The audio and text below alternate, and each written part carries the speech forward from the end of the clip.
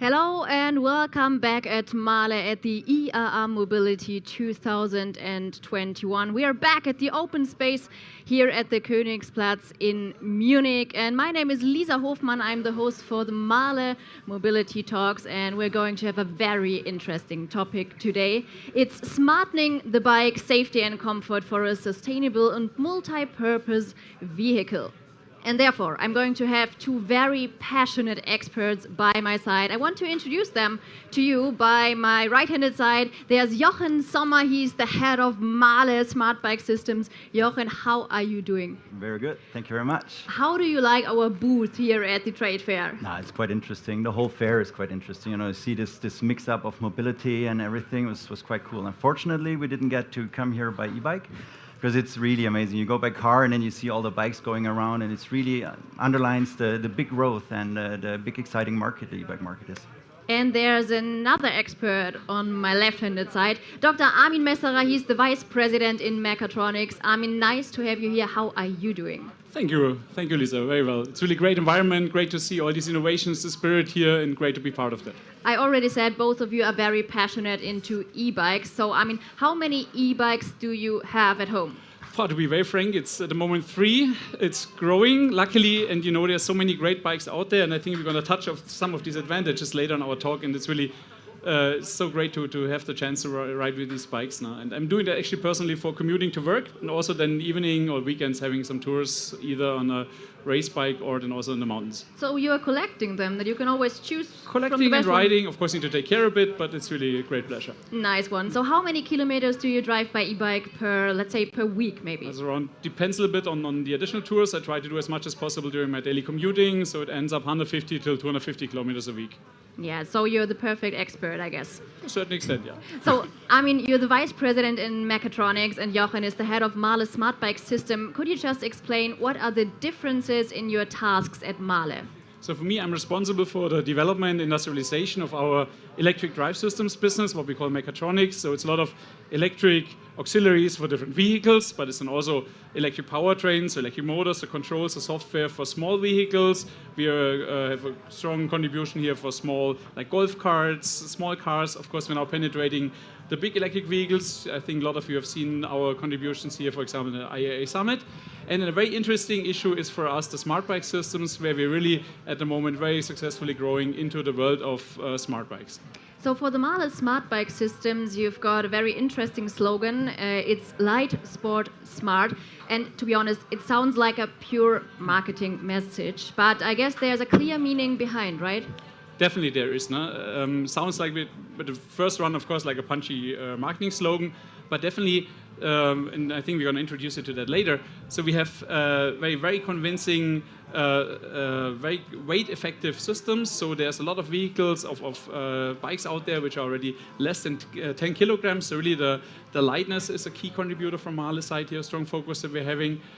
With regards to smart, we took now the next level on connectivity, on adding features here by using different artificial intelligence contributions, and of course with the sportive, it's real bike feeling. No? If you are on these bikes, they are that light, that dynamic that really you feel like riding a bike, and not like growing into a vehicle which is more becoming an electric motorcycle. It's bikes, and that's so great about it. Yeah, definitely. So let's just move step by step and analyze the slogan, Jochen, and let's start with light. I mean, it explains itself, but I guess you've got some specific information about that. Yeah, of course. I mean, our system at the moment in the market is our X35 system, and as Armin mentioned, the weight is a very important point. And coming in the lightness, and especially, your bicycles, a big trend, and the more competitive the bike gets, the more light it gets, the lighter the better. And that's where we see a strong contribution from our system, which in overall weighs 3.5 kilogram. So whole battery drive unit, not only the battery, not only the drive unit, which is at that weight, but the full system. And this, as Armin mentioned, this sums up in an amazing bike weight. What we are all used to is e-bikes with around 20, if they're light ones, 25 kilogram e-bikes. And with our e-bike system, you get bikes at the weight of 13 kilograms, 12, or as Armin mentioned, there's even one of our customers just recently launched a bike which hit the or crash the sonic wall and put a bike up with less than 10 kilograms, which is really personally makes us proud as a team that we contribute to such developments. So the first word of the slogan was light, and the second one Yes. is sport.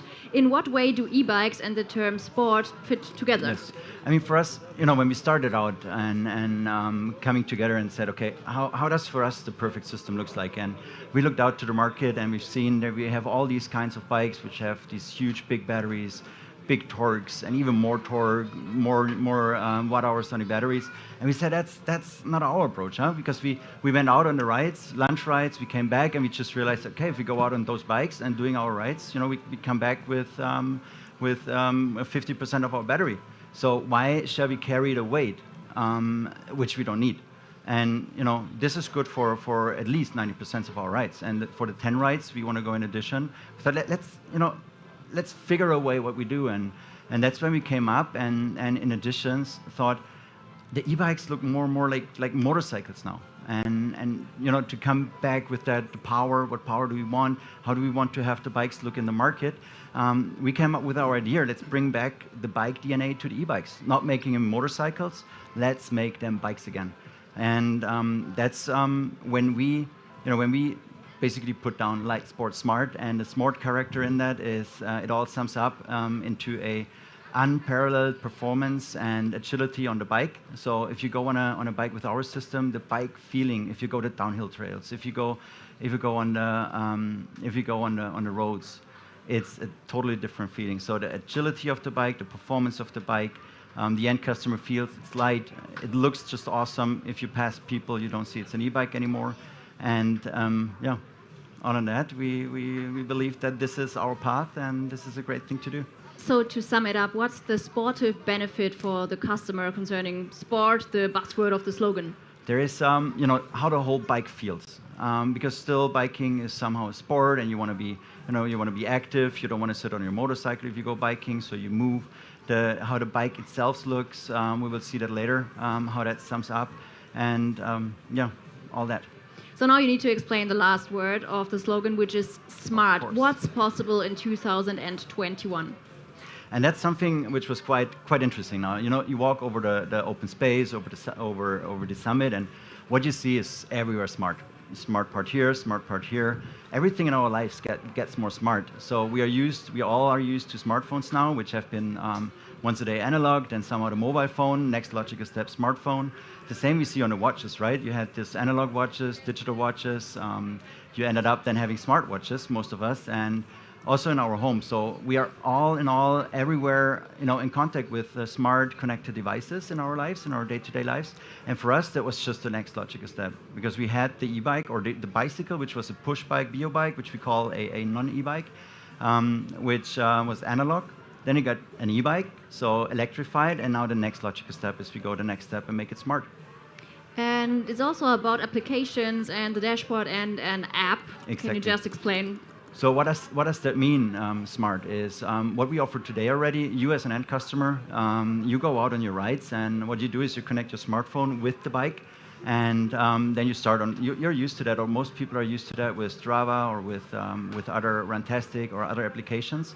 And we do the same, right? So you connect to your bike, you track your ride, you get all certain data after your ride. You know how fast you've been, where you've been riding, right, in locations, but also the altitudes, up, down, descent, speeds, and this all. If you after the ride, you save the ride, it goes directly to the cloud, goes directly to our dashboards. Afterwards, you sit down at the laptop and you challenge your friends on that, because you say, okay, hey, I made more meters in altitude, or I was faster on this segment, or faster on this segment, and that's when the smartness is more in the first step, the connectivity. So all connected components, data. We get the data together. We visualize the data for the end user to get the right benefit out of that. But then also the social effect, which is also we all use Instagram and those things nowadays, and it's quite good and it's quite important to be able to share your experiences, to share your success, maybe also your non-success, and Yeah, but this is all what we do today. In addition, service is a very important part in the bike area. So e-bikes, still, you might get some problem once a day. So the most important thing is to be quick in the repairs. So with we offer to our dealers or to the respective dealers and the network a dealer application. So you can go, you connect to the bike, you get quickly the information, what is wrong, which is the error code, and how do I solve that. And we even can do that remotely up front. So you don't need to go to the bike dealer and you need to leave the bike, hey, what's happening here? And then you wait 2 weeks. What we strive for is to really make the best possible service in the market, which allows you to, in advance, get all this information and have the dealer prepared. You organize your meeting there and you just wait, maybe an hour or 2 hours because everything is already prepared. So, and everything just because we connect the bike and the app, right? Yes. Yeah, the whole amazing. connectivity of parts. But that, this on its own is I would not consider the smart part, right? Because we call ourselves SmartBike Systems because we believe that with our solutions we pioneer the next logical development from an e-bike to a smart bike. And when it really gets smart is, I have a connected bike, and at the end I sit at home. I'm like, hey Alexa, I want to go for a ride tomorrow, and I want to go on my standard lunch ride. How's the weather going to be? And Alexa might tell me then, hey, weather's going to be fine, but take care. Usually you use 80% of your battery, and your battery is only on 60%, so you might charge your battery before leaving. And those things, going into connectivity and bring more smartness into that, with especially when we talk about active sensoring. You go, how do I explain the active sensoring? So we have... Maybe we can just talk about that when we move to the bike, because the beauty is here. You called it beauty when we started that talk. So just continue in talking about sensoring. When we talk about active sensoring, most of the people used to go, especially, and it all unfolds also with the sportive, right? Take a look at that and how it looks. So only looking at that, you have this sportive approach, and then you might wear a heart belt. So what we offer today already is you connect your heart belt with the eDrive system. You select a certain heart rate you want to go, and the motor is then adjusting its power and its support level depending on your heart rate. So this is also where people use, especially our bikes, or not our bikes, we don't do bikes, right? So, and that's what we don't want to do. So we do our e-bike systems for our customers, and that's where the e-bikes nowadays are also used as training opportunity. Also for very sportive people, where you think, okay, why should that person go on an e-bike? But then you go and you go 60, 70 kilometers without support, and then when it's hard, when you hit the limits, when reading the training and the gaining starts, you add on the e-support and makes you to gain that more. And you get all of the data, so that's also good for sportive people. And that's a big thing, but that's just one part of the active sensoring. But on the other hand, we know what is the battery level. We know how the battery consumption is. Can you just show us the battery? So we've got this very sleek frame, but it's inside, isn't it? Exactly. Yes. So our concept in the first, of course, in the future there will be other products unfolding, but in the first step we have a fully integrated 240 watt-hour battery, which is not to be taken out for you bring the bike home, you want to charge the battery. That's what you don't do with those bikes. But in case of service reasons or something's happening, you can just open down and you can slide out the battery to service it, to replace it, to check whether everything's all right. And this is, for me, one of the keys. And when we said we want to bring the bike DNA back to the e-bikes, is this bigger, better, not bigger, better, but bigger, more power, makes the frame just bigger, more heavy.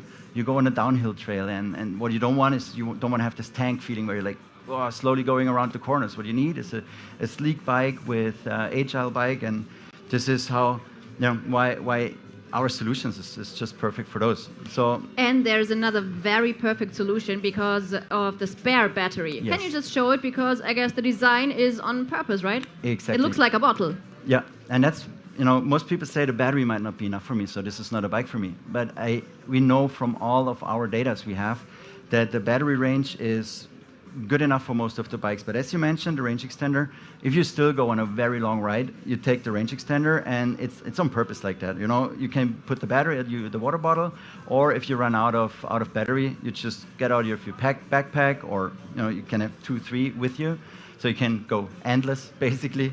And then you just plug in the additional needed power to get back home, or to make the additional 20, 30 kilometers you get out of that. And it's a very light one, right? How much kilos does it have? Yes, that one is around 13. Yeah, that's so light. And can you just show where can I start the engine and turn it off? And so usually what you do is, and that's also what's unique with us.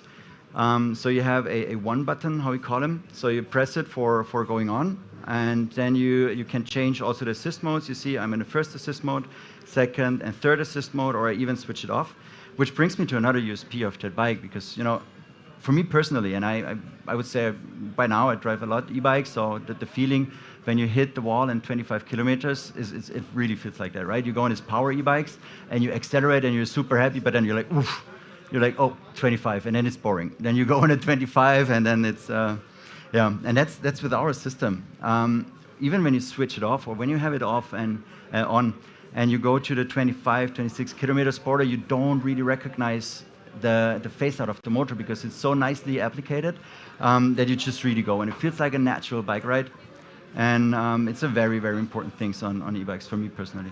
Oh my God, you're so passionate on that. That's amazing. Somehow. So we've heard a lot of information right now. Let's go back to Armin. Yes. And Armin, can you maybe just sum it up? What are the advantages of that e-bike? I think Jochen, highlighted focus on that small and the high dynamics you have, the bike ride feel. I think the topic which we should still add is also that all the connectivity examples that Jochen has given, there was a lot of relation towards the driver itself, the end customer, so to say, and also touching already a little bit that also, of course, the dealers then, who are at the end then dealing service the bicycles, they can do all the services here with our MAHLE standard app, with no additional software. So for them, it's really very, very easy to handle all the MAHLE smart bikes which are in their portfolio, so to say. And at the very end, and also the bike manufacturers at the very end, they can also easily track all their bicycles, their fleet which is out there, and then also, of course, see the status of the bikes, and of course also what is all you want to deliver, so to say, and develop in that when managing a fleet which is there. So I would say adding this to, and also from the perspective of that smart systems, adding to that very dynamic and light approach that Jochen and you have been discussing here at the bike. Maybe to add on that is, especially with the X35 system and the dashboards or the data which Armin mentioned, is we have online around 8 million driven kilometers with that system, around 450,000 tracked activities. So this is a whole amount of data which we can use then at the end, and also our customers appreciate and use at the end. Because the question is, how is really the use of this e-bike? We know, by talking to people how the e-bikes are used, but with our smartness and our applications, you get to know how much is the average Joe riding, how much kilometers is he usually riding with that bike, how much battery is he consuming, but also which terrains is he going. And then you might even go to the 1%er and see and check. So, if you want to do the bike for the 1%er, how does it need to look like? And that's a big advantage, and that's what's going to be much better in the future, is more specified, more directly developed for the user group, and for the big benefit then of the end customer, because he gets a much more exciting bike for him, for his personal experience. So I noticed there are a lot of benefits, but what's unique about that MAHLE technology? So unique, let's say, is that this very light systems, not a light approach, and then from that really next level connectivity to really now stepping in, collecting all this information and intelligently working with that. And Jochen's team, they're applying special artificial intelligence and KI information and strategy behind to really work them with this information for the applications that we have been discussing, to serve all three levels, so to say, so the end customer, the dealer, as well as then also the manufacturer. So we've talked about that beauty a lot right now, but we need to talk about how did MAHLE come up with the bicycle, because actually it's a brand which is totally into automobile, isn't it? Yeah, well, let's say we are into mobility, no? And of course in the powertrain, of course the heritage of the last years was automotives and trucks. But of course now we are, for more than 10 years, and I think you see that also on the summit here of the IAA, we are of course completely dedicated to also electric powertrain, to really create here the future powertrains. So electric drive systems is for us a key. And we also, we believe in that, let's say, the micro-mobility and the strong growth here in urban transport. And I think Munich is just a great city to see that, how at the very end a big intensity of mobility is done on small electrified vehicles. That means so here our competence on electric powertrains, electric drive systems, meets our strategy to really serve, let's say, all the different levels of mobility, where we see the SmartBike systems just one key. And it's really impressive to see how the market is growing, and really I'm very happy as said to be part of that. So is there a collaboration between the e-bike division and the automotive one? It's also a very good one, no? Because it's somewhat two different worlds, and yes, there is. No? And maybe to give it a little bit meat to the bones here, so this electric motor that you see here, this is something where we could profit from, let's say, the MAHLE automotive world, because we have been supplying electric power steering motors that at the end support the steering of the passenger cars. We are supplying this already for more than 25 years. And all that expertise on the motor, the electronics, and the software controls, that was, let's say, the base for that very powertrain that you see here in these bicycles. So there's a strong link. And I think that's a good thing that for the SmartBike systems, we add this big technology backbone that we have in MAHLE and bring that into that innovative powertrains as we see them here. So they're working some specialists from the automotive division and some from the e-bike division. So do you have different opinions sometimes? You can imagine that is, no? Because the automotive world has been a very, let's say, more traditional industry. So you have very fixed development cycles, and let's say people are somewhat very strong in these development cycles, in, let's say, specifications, rules, etc. And now with the smart bikes, I mean, all this micromobility, this is just so high dynamics in that, of course, you need to be quick, no? And the good thing is, I think, here that we managed to have the degree of freedom to Jochen's team, so to say, to really follow the market, follow the customer, get early in innovative ideas, and then we try to best possibly bring our technologies in and say, hey guys, these are the bricks, and see that we out of this then build that system. No? So maybe do you have some specific examples? How can we imagine the development process? So for development process, of course, it's that dynamic, but the same way also, of course, we ensure that we take all the, let's say, the learning stability that we have from the automotive world when it comes to really qualifying and validating to ensure that the parts are at the end really functioning. Because at the end, you also want to have your bicycle make 10 or 20,000 kilometers over a lifetime and not just fall apart in a few years. No? So we have very strict, let's say, guidelines on how to ensure the respective development quality and then also product quality, also the work with our suppliers. So at the very end then, that the core elements of our automotive development processes are also reflected in that smart bike systems approach. So if we bring it to the everyday life, how do MAHLE bike customers benefit from the company's automotive expertise? So at the very end, we have all the experience that we have on really highly efficient, from the technology, highly efficient motors in there, then the strong focus on robustness, to ensure that really there is the automotive quality behind, and at the very end then also from innovative level that really whatever we have been learning over the last years on efficiency, dynamics, also as Jochen said, when he's just mentioning here on going beyond the 25 kilometers per hour, to have these dynamics, so the smooth transition from, let's say, assist pedaling to the pure pedaling and back. So all this knowledge and the stabilization of these application processes, all this is something that our customers will be benefiting from. Yeah, maybe what's your opinion on that, Jochen, as Yes. an head of MAHLE SmartBike Systems? I mean, for us, it's very important because we are somehow we have a quite startup mentality. But if I would compare it, if we would be a startup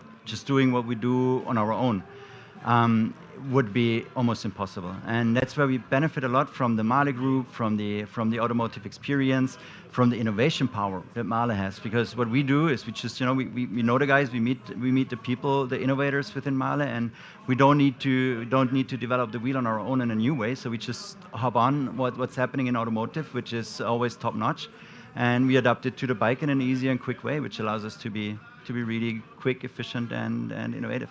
And the MAHLE SmartBike Systems are writing a success story. So do you have some numbers of the growing sector? Yeah, thank you very much.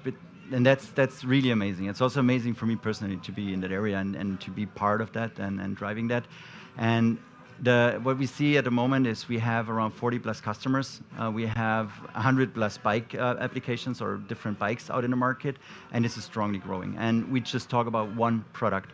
And if I take a look, in our draw, what's in there and what's coming in the near future, then there's a lot to come and a lot more to hear from MAHLE, 100%. So there's a lot to come. How can you manage or organize that?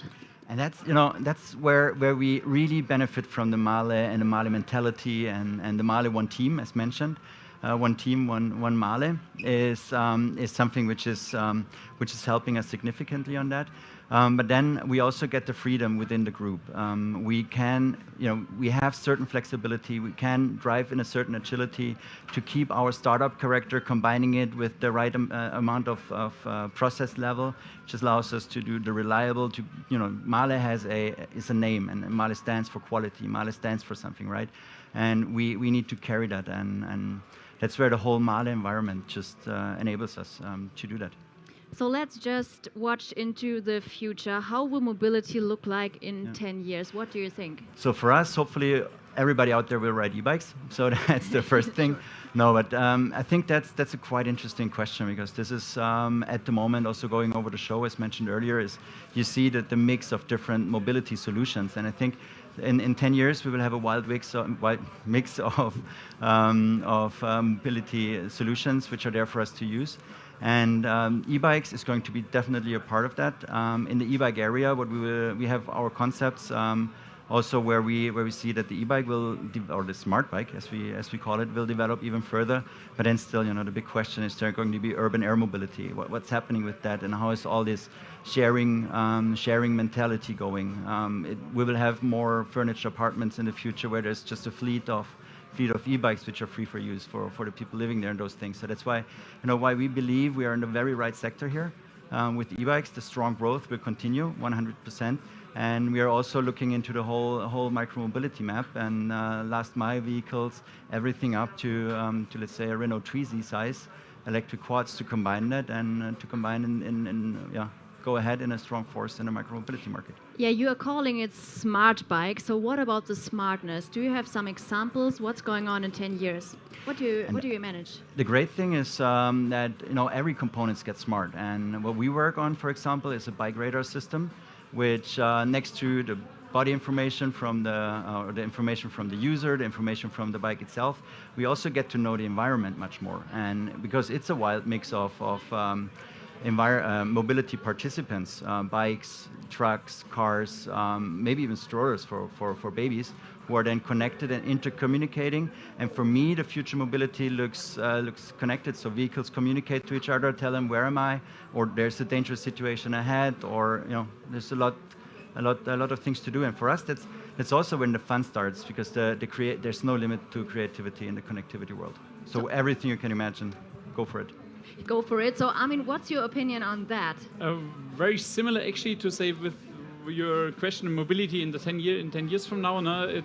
I see that strong trend towards urbanization. That's just continuing. So we're going to see more and more, and then more intelligent transport aspects. So we, of course, continue to have a high demand for individual mobility, individual transport, and we need to match this, and this will be matched with then more intelligent means of transportation. So we're going to see a lot of smaller vehicles, small four-wheelers, 2 3-wheelers, but of course also a lot of electric bicycles, smart bikes. They're all going to be electrically propelled. I think that's going to be the big thing. So a strong trend towards, let's say, penetration of the electric powertrains in order to really ensure that they're on a sustainable base. And I think that's going to be supported by the high level of renewable energies, creating the electric energy.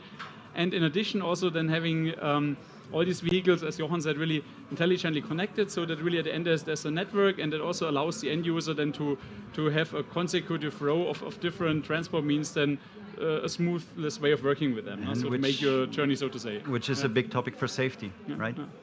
And I think to zoom up at the very end, the good thing is, and I think the key message, that MAHLE is contributing to all of them with smart electric powertrains, from the very, very small vehicle up till the very big truck, which is also gonna supply into the cities. So perfect key message at the end. Thank you very much, Dr. Armin Messerer and Jochen Sommer. It was a pleasure to talk to you guys. Thanks for the interesting insights, and now we are done.